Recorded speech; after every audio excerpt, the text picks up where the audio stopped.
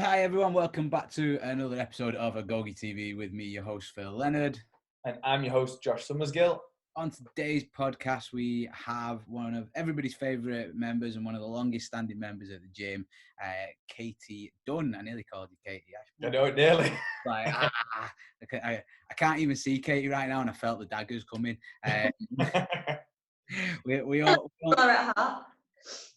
We all know Katie as Nanna K at the gym. Good. Because you might not think by looking at her, but she's actually 75. That's how good CrossFit is. Yeah, this is what CrossFit does to you. That'd be amazing. So, on today's podcast, we're going to discuss a few things about Katie. She's obviously been doing CrossFit a really long time now, and she's a qualified yoga instructor. As well as, I'm not sure whether I'm allowed to say what you work as actually, so I'll skip that. Yes. Yeah, okay. She works in a prison. She beats up people for a living. No, she doesn't. But I'll let her explain a little bit more about who she is and what she does in a second. So, Katie, first of all, where did you find out about CrossFit, and how did you get into it, and then how did you come to being stuck with us? Okay. So, oh my God, this is years and years ago. I decided I'd read loads of stuff about like weightlifting and that it being good for women to do, but I didn't know anybody that did it, especially no girls that did it. So I decided I got PT. This is in Liverpool, and started. So basically, he kept trying to make me do cardio. I was like, I don't want to do it. And so eventually persuaded him that all I wanted to do was weightlift, got him to teach me the basics. And then he was training at a gym, I can't remember what it's called. And then he had to move. And because of having to move, he could only then do like cardio stuff. So he didn't have like weights and things. So it was kind of like, for me, I'm not that interested. And at the same time, one of my friend's husbands, he did CrossFit at CrossFit Train in Manchester. Right. So I remember rang him and kind of we had a little chat about CrossFit, and he was like, give it a go, why not? And I remember speaking to my PT at the time, and I was like, I think I'm going to give CrossFit a go. And he was like, that's fine, but please don't tell people all the time that you do CrossFit. It's really annoying. Like, okay, I'll bear that in mind. Talk about. So then I was living in Liverpool at the time, working in Preston, as you do. And so was looking for CrossFit gyms, and the first one to get back to me was CrossFit Witness. Right. So surprising. Sorry, that's not a dig at current CrossFit Witness, by the way. So I remember I went for like my trial session, and then I went on holiday, and then when I came back from holiday, joined CrossFit Witness and loved it. Loved the people. I remember like seeing like strong girls for the first time, and I always remember they used to do weightlifting on a Saturday morning, and the class was after it, and I wasn't brave enough to go to weightlifting at that time. And there was like two really big guys and this little dainty girl in the middle, who's now my friend Tara.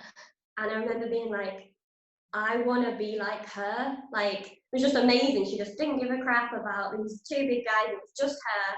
I was like, I want to be like her. She was my first CrossFit friend. CrossFit friend. I remember like having the discussion when we actually agreed to like meet outside the gym, and I was like, oh, this is quite scary, this. And then Phil was obviously coaching at CrossFit with us. And then when he opened the gym, like quite a few of us, we were all traitors and followed him to LSD. And I've been at LSD ever since. Amazing. So obviously I clearly poached you from CrossFit Witness, because that's the official line, isn't it? I stole everybody. I didn't, by the way, just for, I should probably point that out. But when you come over to CrossFit LST, you come over, like I say, with quite a few people from Witness. From your point, because you were literally, I think you were one of the very first members to come over. From your opinion, how has the gym changed, and how is it like? hopefully improved, because we'd like to think it's improving. But from obviously day one where you saw us, you probably come in when we just like we painted parts of the floor because we ran out of space for matting and stuff like that. So you Still a good idea. Still standing by that. still you didn't have to paint it. I was the one fucking painting the I floor. took the pictures for Instagram. I don't see what the issue is. Same. But how have you seen the gym change and grow and hopefully improve? Physically, just got bigger. I remember like every so often, like things will have moved, and the like weird box thing in the corner had gone, and then we had like the extra bit, and then that went. The mezzanine got smaller, and so it gave us more space. And I think with that, at the same time, the actual community grew, and just more and more people come in, and it becoming more of a nicer family, and I think a bigger mix of people, which was really nice. A nice mix of kind of like age categories and just people that did all sorts of different things, and it kind of, I suppose that makes it more interesting, because you're not just going to the gym, you go and meet people, don't you, and people that kind of inspire you and different things, get you thinking about what you want to do, what they do with their life. So yeah, I just got better and better. I suppose as well, like any of our sort of newer members, should we say, obviously they won't have seen what it was like when we opened. Obviously you have, because you've been with us from the start. Do you know what I mean? So like, I think it's kind of hard to imagine what it used to look like if you haven't seen it. Do you know what I mean? Because you just think, oh, it's always looked like this. And it's like, well, the rig was what, a quarter of the size. Do you know what I mean? Half the matting wasn't there. We had one rower. Do you know what I mean? I'm pretty sure Katie was there day one when we actually only had like the rig stations, like 2 rig stations, and the adjoining bit wasn't in because we put the rigs up the wrong way around. Who'd put the rigs up wrong? We like we painted the gym. And this is why I now do blue jobs and you do. Tim helped me with it. It's his fault. Yeah, thank him. I remember when you moved the whiteboard from one side to the other, and everybody's still going and standing by that wall. Like, why are we stuck here? That was such creatures of habit. Brilliant. And another thing you mentioned, you said that you got into CrossFit because you like the weightlifting aspect of it, and you like the sort of weight training side of things. I'm not very good at it, but yeah. But you still you do really well, and you've improved massively, especially since I've known you. But then you rode a marathon. So where did that shift come in, where you were like, I don't want to do cardio, so I'm going to go and do CrossFit, and then you end up doing one of the... Yeah. I don't think I'd ever rowed before, was one thing. I wasn't a bad rower. I was all right on the rower, better than running. And it was Bizzle's fault for rowing a marathon. So Bizzle said she was bored and wanted something to do. So being a good supportive friend I am, I was like, okay, well, what do you want to do? And she's like, I've always fancied rowing a marathon. It's like, okay, I suppose I could do that with you. Like, so I got in touch with Phil. Was like, Phil, will you help me? Like, come up with a plan of how the hell I'm going to get to a point where I can row a marathon. So I think it was like 16 weeks of programming to kind of get there. And so I kind of committed to it. And Bizzle didn't get on a rower once. Luckily, a few of us decided that we'd do it on Christmas Eve for whatever reason. Phil, Sean, Helen, Matt Heaton. So I had friends to row the marathon with. Yeah, quite a nice achievement, really, in the whole scheme of things. Yeah. So when you was doing that, obviously, I mean, how long did it take? Is it like 3-4 hours, something like that? Yeah. Quite a long time, isn't it? So did they get to a point of that where you almost like not hit a wall as such, but was there a point where it's like, right, this is now getting like quite mentally and physically challenging? Or was it just like a smooth coast all the way through? So I'd done half marathon in training, and I think I'd done 2 hours on the rower in training, to kind of get used to what that feels like. But the last 7 kilometers, I don't know what it was, but like, I think just like in my hips, I was having to just like kick as hard as I could on the rower to create any sort of power. It was hard. The last 7 kilometers was horrible. But other than that, you kind of get used to rowing at a nice pattern. And I think for me, the thing I like about rowing, the control freak in me, all your information's there right in front of you. You know, like, so I kind of had like 3 hours 20 on the screen as my predicted finish for probably about 2 hours. So you know that anytime you slow, that's going up.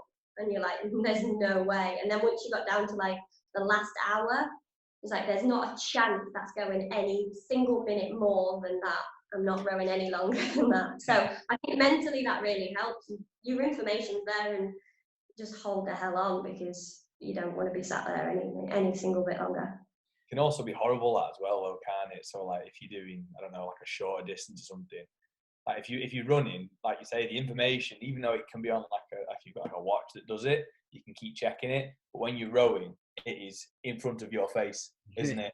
Do you know what I mean? And you see that drop off, and it's soul destroying. Horrible. You know, like if you're doing a 2K on the rower, you know you've messed it up like 2 minutes in, and you're just like, just trying to find some way to kind of creep that back. It's like, you know, at least with a marathon, you've got time to work with it. You could be like, right, I'm gonna have 5 minutes of pulling a faster pace, and then settle back into it. And you can kind of play with it a bit, but on a shorter distance, you don't have that. Sure. Like on the last 2K I did, basically, like I set out at my goal PB pace, which was like a 140 or something like that. I was like 141 I was trying to pull. I was like, the first 500, I'm like, I'm okay. And then it just slowly just like sort of started to sink off. And then like midway through, you kind of give up and go, well, I've not hit it, so fuck it. And then there's something sort of gets you as you're going back into the end of it, where you're like, actually, I don't want to go over 7 minutes, because I don't want to be that like work so hard to get it under 7 minutes. So you're just like, right, well, that's the worst thing, watching it go up and down and just think, hang on, can I? Like, oh, I've given up. No, I've not. I can't, because no, pride and.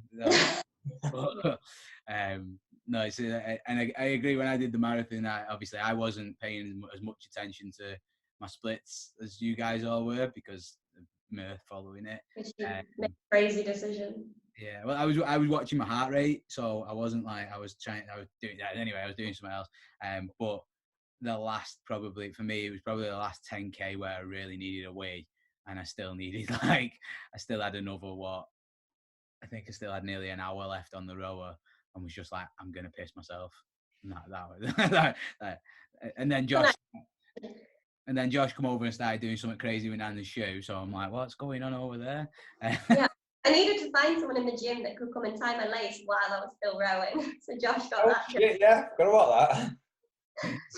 Put it back.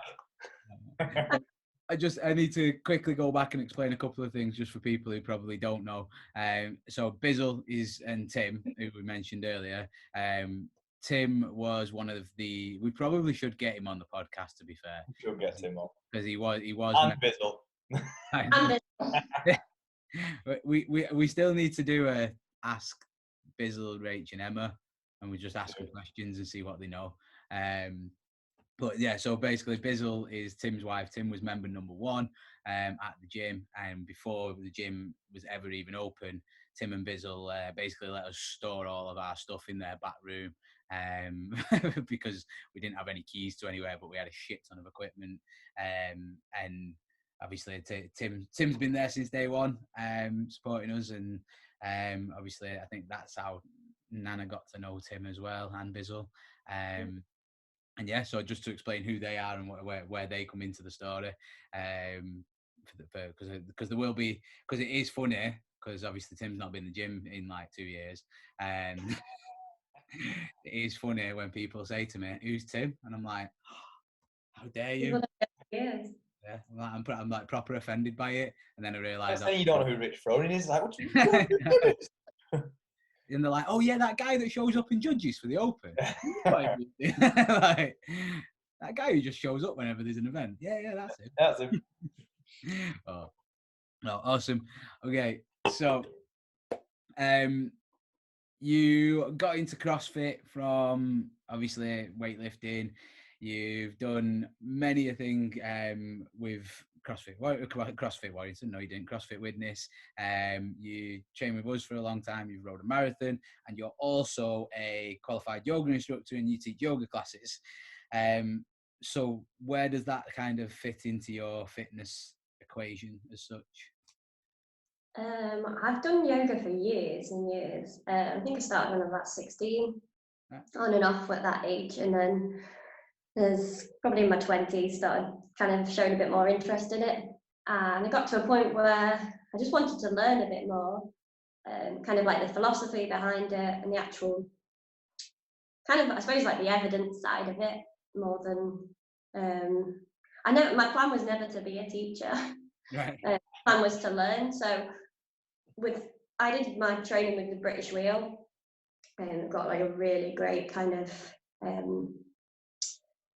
like practice and like well trusted, like obviously in the UK, but like the training compared to others has got really good recommendations. And so I kind of read into it, and they were like, yeah, you can do like 300 hours training. It's like over 3 years, and you'll learn all the philosophy behind it and kind of all the studying. So I was like, okay, sounds like a good idea. So I signed up, did my first year, and then they were like, at the first year, yeah, so in year 2 you start teaching, and then as part of your second year you kind of like assess yourself on your teaching, and you run your own classes, and then that leads up to year 3. And I was like, oh, okay. And I was like, that wasn't my plan. So kind of fell into it really. Ended up teaching at a boxing gym in Widnes, and I actually enjoyed it far more than I thought I would. Quite used to being in front of groups of people with my job, so it wasn't really that. I suppose I was just afraid of looking like an idiot that didn't know enough. Luckily I had nice beginner students that probably wouldn't have known any better. And I always remember, so the guy that owns the gym, it's called Tom Cavanagh, he's a boxer, and just his mobility was just shocking. I remember being like, right, so lift your arms up straight, and he was like, yeah, I got this. And I was like, straight, and he's like, yeah. And I was like, okay, that's what we're working with. And I just thought, actually, do you know what? There's a lot of people out there that yoga means something really different to what it really is. And kind of carried on teaching from then, really. So I don't do a lot of teaching, just kind of like one class a week, alongside my other job. But it's really nice, and it's really nice to, like where I was teaching last, and there was such a range of students, so like some really advanced students, to kind of like ladies in their like 60s with really poor mobility. And I think actually I like the classes for people like that, because it just means so much more to them to actually have mobility and have a chance to kind of just focus on them, just for an hour a week. It kind of plays a big part, and I try to make my classes kind of accessible to all, but try and throw in a bit of kind of thought-provoking stuff as well, rather than just the physical side of it. So things like people might not have thought of. It's kind of like, whether that be like kind of gratitude to what's going on, or try and make it relevant to what people might be going through. Say it's Christmas and people are really busy, that we tend to take our focus on looking after ourselves and focus on other people. But actually, if we're not looking after ourselves, we're not much use to anybody else. So try and throw that in there without people noticing too much. Yeah, no, that's really good, and it sounds, obviously it's like a meditative CrossFit from what you're saying to me. Like you're dealing with all the ability levels under the sun, as well as like trying to give people some I don't know, take home messages that they can sort of. I think it sounds more like subliminal messaging though than actual like preaching. To be fair, I've been to Katie's yoga classes a couple of times and really enjoyed them. I think as well, when you do like a lot of like CrossFit and weightlifting, it's very intense and in your face, and there's a lot of all the time. And you go to a yoga class, and it's sort of like, do you know what I mean? And it's like it's a nice place to be, and it's also not easy. Honestly, God, I mean, I'm like thinking of myself as quite flexible and mobile. But some of the positions that Katie asked us to go into, and I obviously being like, yeah, I can do that. Like, no, I can't. Absolutely not. But yeah, it's such a polar opposite to something like CrossFit. But how do you, obviously you've always done yoga, so you've always obviously done yoga as well when you've done CrossFit. Do you think that's had like a positive correlation to your CrossFit training? Do you think that you go hand in hand to a certain extent? Yeah, I mean, I think it's got to go hand in hand to look after your mobility and the way you move and just awareness of your body. A lot of people are not aware of how their body functions and the most effective way to take care of yourself, and to be mindful when you, especially in CrossFit, people try so keen to move fast, do things like efficiently that it becomes not efficient. That actually coming from that kind of background, you are a bit more aware of taking care of yourself. And there's kind of lots of schools of thought in yoga. They tend to say that you either pick a yoga type that's like your personality, or you go for something completely opposite. And I've always done like hatha yoga, which is slower and kind of a bit calmer. And I think that's the opposite of me, like generally day to day, rushing around, doing lots of different things. So to bring you back to that, sorry, Katie, because I don't know if like everybody knows, but so there's different types of yoga. Okay, yeah. so like for someone that doesn't know anything about yoga, you see yoga and you think, oh, it's just stretching and blah blah blah, whatever. Can you just sort of enlighten us into, like, you don't have to go into detail, but obviously it's not just yoga, is it? No, so for a lot of people, they'll have been to like one yoga class and probably not known what type of yoga it is, and either loved it or hated it, and potentially gone to one yoga class and had one yoga teacher and loved or hated them. And I think it's such a shame, because if you get people to try all different types and have a bit more knowledge about it, it would help them pick something that's right for them. Yeah. So you have like your vinyasa and your ashtanga, which are really fast, kind of really like movement-based yoga, where you move through postures really quick. So like I was saying, so for some people, if you're that kind of personality, people like that. Or if you're quite quiet, then tend to say like people go for opposite and go for that.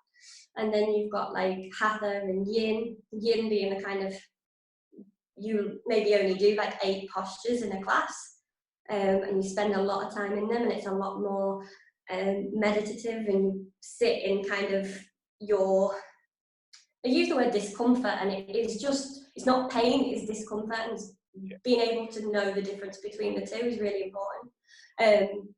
But just sitting with kind of things that don't necessarily feel good, it is more of a meditation than it is about your physical being. You will get benefits from that, but can you find a way to find comfort in something that is uncomfortable?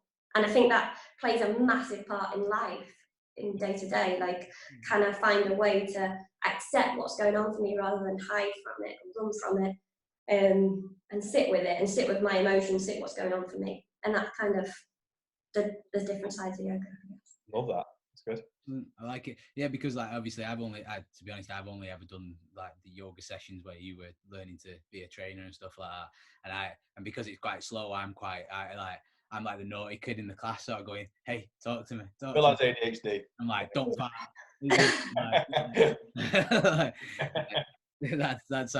That's my experience of yoga. So like, I don't know, maybe going to something that would be a little bit faster and more movement. Yeah. Might be something I do. Yeah, it would take your attention more if you can't sit with the slower sides of yoga. Like, I can't sit still for more than 60 seconds. I'm like, so. Yeah, yin is probably not for you. But it's good because even I didn't know that there was that many different. I knew there was different types, but I wouldn't. Oh my god, there's loads. I've only listed a few. There's loads. I didn't realize how it varied, if that makes sense. Like, I know. Yeah. That's pretty cool. I like it. So yoga, obviously a big part of, everyone knows Katie's a yoga instructor, so I think it'd be nice for all our members to know, like, how you got into it and what the crack is with it, basically. So one thing you mentioned as well was, you say that obviously it helps you look after yourself, and another thing that constantly keeps cropping up on all the podcasts we do is like getting comfortable being uncomfortable and dealing with situations. Did you find when you started CrossFit that because you'd sort of been through that process with yoga where you'd sort of already been in positions where you weren't comfortable but you had to sort of deal with it, that you actually responded to CrossFit workouts a little bit better than maybe some people who've never been in that situation before? Or did it have a positive impact on your CrossFit, like mentally, as opposed to? Yeah, I think the very beginning I would have cherry picked the hell out of workouts. I always remember at CrossFit Witness they set a workout and it was horrendous and barely anyone came. So the following week, the coach had lied about what the class was and had reset the class from the week before. There's a kind of way of making the point of like, it's not really great to be cherry picking. Everyone was fuming. I remember being fuming. I don't like being lied to. But I kind of got the point, and I think maybe that was a turning point. Maybe. I think once I'm in a workout, my mindset is set on keeping going, like despite what your head says, and finding ways to mentally make things better. So kind of like say it's 100 reps of something, be like, I've only got 30 to go, or I've only got this to go, kind of flipping it on its head, rather than being like, oh, I've got this many left to do. Like, do you know what I mean? Trying to see it differently. I think your language is so important, like what you say to yourself. I'd say probably that's one of my strengths, trying to say like kind things to myself when I'm in the middle of a workout, rather than saying the mean things.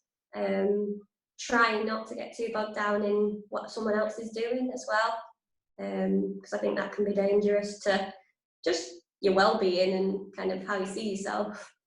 I think that's probably my strength in kind of getting through a workout that I find difficult. The glass has to be half full, doesn't it?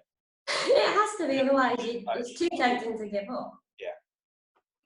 Yeah, I like it, and I think that crosses over really nicely because I don't think you'd really class yourself as a competitive CrossFitter, although you did say that you found that you're more competitive than you thought before we had the podcast.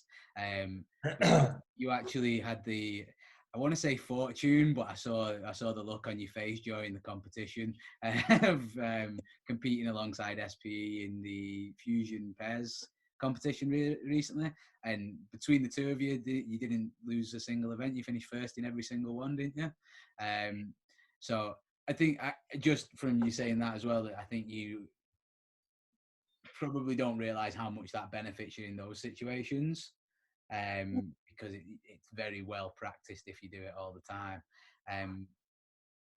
But just go into it a little bit for me. Explain the competition and what happened, and if anything, like your mindset during the competition and how it was impacted by the way you train and the way you think already, because it's quite unique, I think.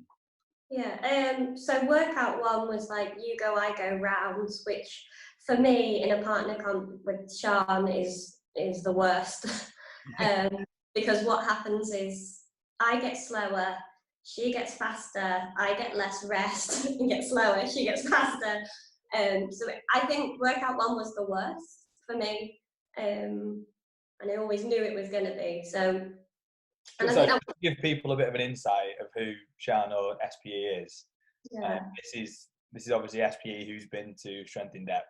Like she qualified. What was it, Phil, in her age category? Was it 9th in the world or something?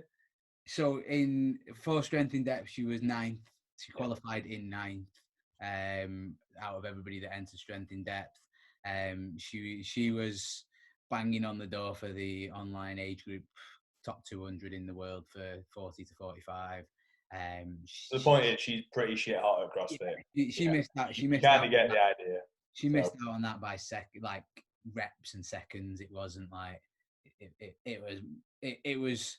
It looked like she missed out by quite a lot because of the way the CrossFit leaderboard works out. But when you actually drilled down into the information, she missed out by, I think it was 1 handstand walk and about 4 reps on one of the workouts. Like, would have been the difference between her qualifying and not qualifying. So yeah. So basically, she's pretty fit. A monster, and she was Nanna's partner. Yeah, she's pretty fit. Yeah. So go on, Katie. Go on. it's really nice being a partner. A little bit intimidating, but yeah. So obviously, that workout was probably the toughest, and I think that was the workout where people were the closest to us. So we kind of went into, you obviously, you in that workout you could sort of just about see who was ahead, so kind of we knew we were just about ahead. So that we were like, okay, it's going to be some good competitors in the competition, no doubt about it. Workout 2 was rowing and deadlift holds, and obviously me and Sean rowed the marathon, so we kind of thought it probably would be one of our stronger workouts, but slightly different when the other partner has to hold a 60 kilogram deadlift for while the other person's rowing. Bear in mind, like 60 kilograms is Sean's body weight. So we'd had a little practice. We knew how rubbish it was going to be, and it was just going to be. We'd set like a target in our head of what we were rowing at, and that was the plan. So like it was bad during. It was really bad. Didn't you try and get off? And I stopped rowing, thinking that she'd see me stop rowing and put the bar down. She didn't, so I just carried on rowing. Like, why did she not put that down? Literally, there's a video of it, and I just stopped rowing like in the middle of it. But I think we won that workout by like nearly a minute, and I think we came close to some of the lads' times on it. Nice. And that was kind of like, okay, maybe we're gonna be all right now. Yeah, it was weird. It's weird. My first CrossFit competition was Rainhill, and I like made the final and did okay. I was third going into the final. It's weird kind of being at the top. I'm not a big fan of people looking at me like they want to compete with me. I don't really like it. But no, it was nice. It was nice, and people were lovely, and I think it was a really nice competition. People kind of coming over and just being like, it's quite inspiring to see you do it. And I think like a few people, like one of the girls, and she's like 21, just like it's amazing, like what they can achieve. And do you know what I mean? I think like they found out like Sean was 40, and they're just like, that's amazing, and stuff like that made it well worthwhile. And like the best thing, obviously, going into the final, kind of knowing that we won, which is great. And I said to Sean, I was like, can we take it a bit easier? And she was like, no. But yeah, no, lovely thing to be part of, and it's nice to go and give your all to something. And I'm not anywhere near as good as Sean, but I will try bloody hard. That's my thing. Whatever I'm doing, I will try bloody hard at it. And I think that's all you can ask, though, isn't it? Like, yeah. I was obviously, before we was prepping for Athens beforehand, and I knew I wasn't going to be as fit as Josh or Mems, even if I had the best training going up into it. It's on record. Oh yeah. Yeah, I can edit that out, don't you worry. Can we just go over what Emma said to you, please? Me? Yeah, about your nutrition. All right. Yeah. So obviously, because my missus is dead supportive about everything to do with CrossFit. When I turned around to her and was like, look, I really need to down my nutrition in before this competition, so I'm going to need your help with it. And she was like, well, that's not really going to help, is it? Like, I was like, bro, I was like, ouch. So, but my point being, now that I've been fucking shut down left, right, was that like I say, I didn't think, I knew going into it was going to be tough, and it wasn't going to be. But it wasn't going to be like, oh yeah, I'm going to be the best on the team as such. But you can still, I don't think anybody cared because the effort's there. Do you know what I mean? Like, I think in any team competition, that's the safe bet. As long as you go in and give 1,000,000%, your teammates. I mean, something I want to touch on with what you've just said. It's the same with what you just said then, Katie. Myself, Phil, and Mem did a workout obviously prior to when we should have been going to Athens, and it was like running burpees. It was something miserable. And you remember the one, yeah? Yeah, it was like 800 meters. It was like 800 meters, 21 bar over burpees. Yeah. No, it wasn't. It was the other way around. It was pretty grim anyway. Finish with. But by the end of it, everyone had put everything they had into it, Do you know what I mean? We'd all finished the workout and we got a pretty decent score as well. And it kind of didn't really matter about different levels of ability. Do you know what I mean? It was just more of a case of when you kind of all got to go, you've all got to go. Do you know what I mean? And it was awesome. So, like you say, it's good to do that with people, regardless, isn't it? I think like there's no doubt. Like, it doesn't matter what movement it is, Sean is better.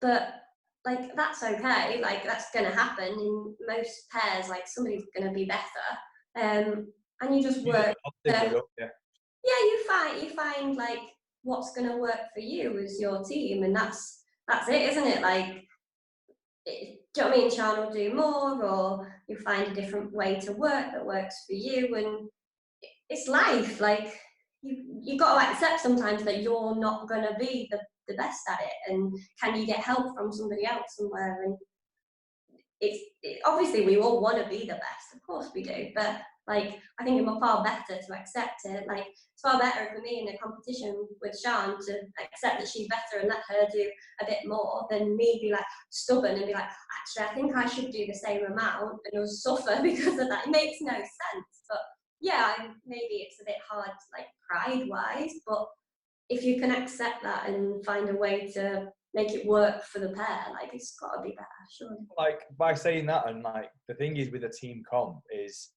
it's a team comp, isn't it? Yeah. I think that's a lot of people miss. It's not like a group of amazing athletes put into a team. Do you know what I mean? Like, everyone in that team is bringing something different, and they don't all have to be individually amazing, do they?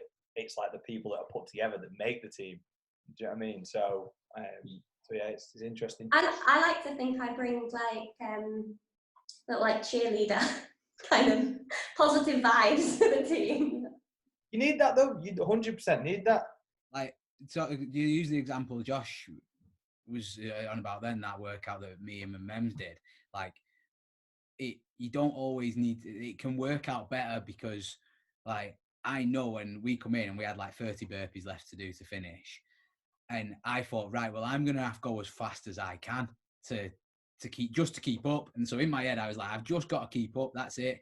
So I went as fast as I could. And then at the end of it, Josh was like, why did you go so fast? And I was like, I don't know. I just tried to keep up. And it worked, but like, it worked out for the best, because by the end of it, we were all sending it and all going as hard as we could. Like, and I think if you go, if people go into it with the right attitude like that, like you say, like, you go in, you know, maybe you're just going in with the attitude of being positive. Like somebody like Shan, who can potentially get down on herself in a workout when it's not, if it doesn't go right, then like can really benefit from that. Whether she's like Tia Claire Toomey, like she might benefit from having somebody who is just going to be like the bit of the team that they need as such. You know what I mean? And it can work really well. And I think like I say, the main thing for you guys is like, you can see that when you do compete together, it does work really well. You communicate really effectively, and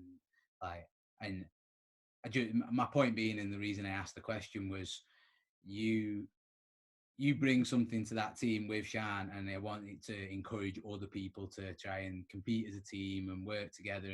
And like when you get, and we program workouts and you see people that don't come to team days because they're like, oh, I don't want to let such and such a body down, that kind of things. I just thought it was important to ask you that question so that people can understand that there's no such thing as letting somebody down in that sense. There isn't. And do you know what? Like, I really quite like when it is team workouts to be with like some of the new like CrossFitters, because sometimes it's nice to just be like the supportive person. Like, rather than have Sean be shouting at me to go faster or do more, it's quite nice to be that person that gets to do that. And see somebody push themselves really hard and want to do well. And I think in a partner or a team, you do a bit more because you don't want to let them down. And I think it's a really nice way to train. I think it's really good for people. And like you say, that like learning to communicate, and so important in the teams that work well, is that ability to say, I can't do anymore. Like when me and Sean were training, and like there was one point we practiced one of the workouts and I was just like, I'm not okay. And that was code for like, you need to do something more because I can't breathe. And she knew what that meant. And then when we did the actual competition, like she said that, and like we know what that means. Like you trying your hardest, can you do a bit more? And I think as wanting to support one another, you will do that, even if you are dying as well. Yeah, for sure. And again, it's like we talk about this when me and Josh have obviously done a lot of partner workouts together, and there's been times where we've done workouts and I've gone, you just do handstand push-ups, bro, and that's it. Like, do you know what I mean? You can play to each other's strengths, and it makes competing a little bit more fun. It makes, for me, it makes workouts more fun. I love it when we all get together and manage to do a partner workout, as opposed to like being on my own in the corner kind of thing. You know what I mean? So 100%. yeah. And again, like if anybody's listening to this and they do, I know a lot of people at the gym get worried about partner workouts, and they're very Marmite, aren't they? You either love them or you hate them. I would encourage people to get involved, and because as Nanna said, it swings and roundabouts. You might be worried about being with Katie on a workout, whereas Katie's worried about being with Shan on a workout. So there's no, everybody's in the same boat. So when we're open and we're able to actually work out together again, that'd be a good take-home message. Can't wait. Can't wait. Me either. Do you know what? I was looking into what happens next when we reopen the other day, and what the potential rules in the UK are going to be. Like, and everyone's just speculating, but like one of the most miserable things that I thought was potentially going to be happening is that basically what we'd have to do is set up lanes for everybody, and you have all of your equipment in your own lane, and then you have to wipe it down afterwards. That's what's coming in other countries, and I'm like, oh wow, Can we still take our tops off? I get naked anyway, mate. I don't care then, it's fine. I'm good with that. I'll keep mine. like you keep yours on. Like it doesn't. It stays on. Always have a sports bra on, by the way. CrossFit, yay! We just got 10 new members, Katie. Everyone, we're like, what? Everyone gets sign me up. No, it's cool. So that's one thing that could potentially happen. But again, it's like at least it is. Yeah, at least we'd all be together. That's what it's got to be. Yeah, exactly. Yeah. At least we'd be able to get in together at some point. And I'm pretty sure you could still run a decent partner workout in that sort of like setting. You just have to shout to each other instead of tagging, wouldn't you? Yeah. Right, Nanna K. We're going to move on to, we call it the fun finishing questions. And I know there's one that you're definitely going to have some really, at least a good one, because you've bought me some good books in the past. So what is your number one book recommendation for everybody and anybody? Oh, I'm not sure I could have a number one. You can give us 5 if you want. Okay. I mean, there's loads of books I would highly recommend for people to read to give a nice eclectic knowledge. Yeah. Things like How to Win Friends and Influence People. Yeah. We've not put people up to this, by the way. Yeah, no. I'm thinking of starting selling it though. Well, only because Nanna, like, you're the third person in like as many days that suggested that book. Yeah. Oh, okay. Well, yeah, but read that just shows read it, doesn't it? Read it. Worth the read, 100%. Rich Dad Poor Dad. Definitely read that. Oh yeah. Richest Man in Babylon. Read that. I've not read that one. Yeah. It's only really short, but 100% worth a read. What's that? I feel like because it's so short, that's why I've not read it. It's like great excuse. Not that easy to read though, is it? 'Cause it's wrote in like all the English, isn't it? It's just a really simple message that really makes sense. So they repeat quite a lot, but like it does make sense, and I think it's a really sensible thing. A book called Money by Rob Moore is about like how money came into society, and then like what our choices are with money now, which I think is really important. I don't think we talk about money enough. I think we're scared of, I don't know, judging people on having too much money, having not enough money. And it's a book that really made me question my views on like people with money and what I kind of thought about them and people without money. And I think it's a really important like thing to kind of put your mind to. Quote at the start of that book, because Rob Moore puts, what is it he puts now? He puts, people say to me, money doesn't bring happiness, and he goes, ... it fucking does. That's his whole opinion on it, isn't it? Do you know what I mean? It's just like you said, people look at it the wrong way and stuff. Yeah.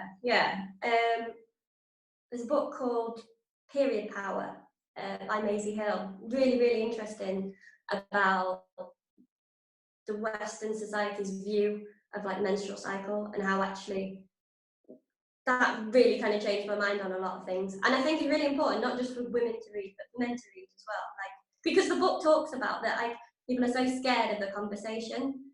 So I was about to make a joke. I was about to make a joke until I realised you were actually on about periods. So was I, and I was like, don't say it, don't say it. Yeah, I was like, hang on. This book is actually about menstrual cycles. I was like, wow, okay. Yeah. But in all seriousness, and like, obviously you having a daughter, Phil, like, being able to have the conversations that are important about it, and you understanding like what she will go through, and literally like the book talks about how scared we are to have these conversations when half of the population have them, and people are still embarrassed about it. Like, women are embarrassed about it. Like, it's actually crazy. And the book talks about like, if men were to have them, that men would be like, yeah, my period's like the best, it's the strongest, it's the heaviest. But it was like, actually what society has done made people so scared to talk about them that they're like, no, I don't have them, no, I don't want, like, it's just really interesting. And I think more so for men to think about their views on it as well, and like actually what we have made something so important, that when you like think about like creating life, how important it is, but we've made it sort of something not to talk about, is mad. The book I probably would most recommend is the book you got for Christmas, Josh, Dare to Lead by Brené Brown. Okay. Which is about like getting you to think about people with titles and status and power. But actually what's more important as a leader is about accountability and like seeing potential in people, and like choosing courage over comfort. So when you're making difficult decisions, not just going with what's easy, but going with something that's difficult, and like having those difficult conversations. And I think really, really worth a read. Sorry, get out. Speak to him, I like that. Yeah. Oh, cool. Yeah, that's there's lots for people to go at there as well. I think there's some really good books there. You know what? Somebody asked me ages ago to start a podcast about a book, about book club, and like where everyone reads the same book and then discusses it, and they think that it'd be really good. And I was supposed to be on it ages ago, and it just reminded me we should defo get a group book club going on while this is all going on. So we'll have a little think about that afterwards, see if we can make something happen. Because I think it'd be really good. And even if nobody listens to it, I'd enjoy it because I like reading. So no, awesome. Thank you, Katie. Right, let's go. Next question. I meant to get into your profession actually, because you've got quite an interesting profession, haven't you? So I tell you what, let's do both. So the next question is, what profession other than the one that you have would you like to have a go at? But I'd like you to explain a little bit more about your current profession, just because I think people find it quite interesting what you do, how you do it. So I've worked within the prison service for the last 10, 11 years. So I was a drugs worker. I was then what's called a therapeutic worker. So I used to work on a wing with like 44 lads. And the idea being that they're all in treatment for drug and alcohol. But more looking at like their behaviours, their thinking patterns, why they do what they do, and looking to have a go at changing them, getting them to see why they'd want different kind of views and opinions on the world, which is fascinating. Really hard work, but fascinating. Do you know what I mean? To work with murderers, armed robbers, and see their views on the world, like just such an insight into kind of something that's so different from my life. I then moved to working with the families. So I now manage the visit centre. So we support kind of mums, dads, children that come in to visit those in prison. So seeing kind of the impact that offending has on those that kind of never did anything wrong as well, massive changes to their lives, with, do you know what I mean, them having to deal with what somebody else has done. So we kind of talk about like the hidden sentence with regards to the families and what they're going through. So really interesting. Yeah, so you have got a cool job and you always seem to enjoy it. It's not like it's I don't think I definitely wouldn't call it a sort of a job that you do that you hate. You know what I mean? You're always quite positive about it. So what would if you could have a go at any other job and just be like, right, let's try my hand at this, what would it be? I suppose I've started reading a bit more about like property investing, stuff like that, as kind of a way to make a sensible living with kind of that nice balance between work and money. Because I think that's far more important. Like doing a job you enjoy, if that's what you're choosing to do, yeah, or finding a way to make money sensibly. And I think it's really interesting. Like my dad, like has properties and kind of grew up kind of discussing like what house would be worth and this, that, and the other. And yeah, I think that'd be quite a nice way to make a living. Cool, I like it. Okay, just because you're one of the most PC people I know, my next question is, what is your favourite swear word? Okay. Probably the C word. Boo. Oh. Because when we used to when I used to work with the lads on the wing, they used to refer to each other as cell cunts. Okay. So I think that's kind of funny. I thought that like he's a cell cunt. I think when you actually swear, it's like there's a lot of meaning behind it because you don't swear often. It's like, oh shit, Nanna just swore. Yeah, I try to use it as like a describing word, like to make it have meaning. I don't see the point in saying it for the sake of it. So I think if you're going to use it properly. Yeah, I feel like we should like maybe have yours and Nat's podcasts like back Side by side. just to like juxtapose the difference between the sort of people that we have at CrossFit LST. we have Schwaff, who uses swear words as a full stop and a comma, like, and then we have you, who uses them intellectually and actually tries to make a difference with the swear words. We do bloody love her though. We do bloody love her. Yeah, I don't know. Yeah, definitely. That's what I mean. I think the diversity is there for sure. Okay, awesome. Let me see if I've got one more for you because we've gone quite long on this one. Best swear word. This one, everyone's favourite, and this one trips everybody up. What if there's one person that you could sit down with for 24 hours and learn everything you can from them? Who would it be? You know what? I hate these questions. I hate the like, you have dinner with so many people. Who would it be? Like, I don't know. I struggle because I feel like people answers are always really cliche. I honestly don't know. Like, there's so many people with so much knowledge. It'd be amazing to. Yeah, that's You've just gone really posh as well, Nanna. No, you get a bit flustered. Bloody hell! I am a bit posh. I don't know. I suppose like the stereotypical like Elon Musk, Bill Gates, kind of really intellectual people that you could take something away. Let's ask them to share. Like, pardon? It doesn't have to be somebody like that. It doesn't even have to be somebody that like we all know of. Do you know what I mean? It can be absolutely anybody. It's very personal to you. You know what I mean? Yeah. I mean, obviously, right now it'd be members of my family. That'd be great. I really miss them. Yeah, I'd go with one of them. They've got nice knowledge to share. But yeah, right now I'd pick my family. I'd like to spend 24 hours with my mum and dad and my sister. That'd be great. That's a nice one to finish on. And I think it sums you up quite well because you are one of the nicest people that we know for sure. and genuinely nice as well, which is probably as nice as I'm ever going to be to your face anyway.